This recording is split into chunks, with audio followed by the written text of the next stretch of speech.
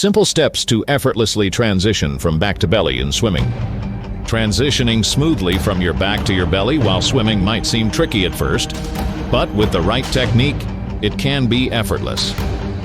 Whether you're doing backstroke, transitioning to breaststroke, or simply switching positions, mastering this move can make your swimming look smooth and controlled. Let's break down the simple steps that will help you make this transition without losing momentum. The key to any good transition in swimming is body rotation. When you're on your back, your body should already be aligned properly. Start by tilting your head slightly to one side, the side you want to rotate toward. Your head will naturally lead the motion. Remember, your body follows your head, so keeping your head movement smooth and controlled is critical. Don't jerk your neck or force the movement.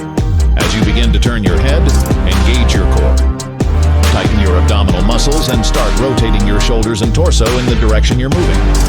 Your hips will follow naturally if you maintain control of your core. The goal is to rotate your whole body as one unit, rather than twisting your upper and lower halves separately. This keeps you streamlined and prevents drag, allowing you to maintain speed. While you rotate, focus on your arms. The arm closest to the surface will now become your leading arm for the next stroke. Keep it extended in front of you as you roll onto your belly. It's like you're setting up for the next phase of your swim. Your trailing arm, meanwhile, should remain relaxed, allowing you to focus on the rotation itself. Now, as you rotate from your back to your belly, kick lightly but consistently. Your kicking shouldn't change much during the transition.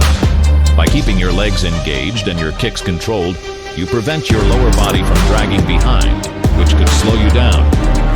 A light flutter kick is ideal. Nothing too big, just enough to keep you balanced and moving forward as you rotate. Once your body has completed the rotation, your face should now be facing down in the water. At this point, you can smoothly transition into your next stroke, typically breaststroke. Don't rush this transition. The smoother it is, the more effortless it will feel. Practice makes perfect, and once you get the rhythm down, you'll be able to move from your back to your belly without thinking twice. So, next time you're in the pool, try these simple steps.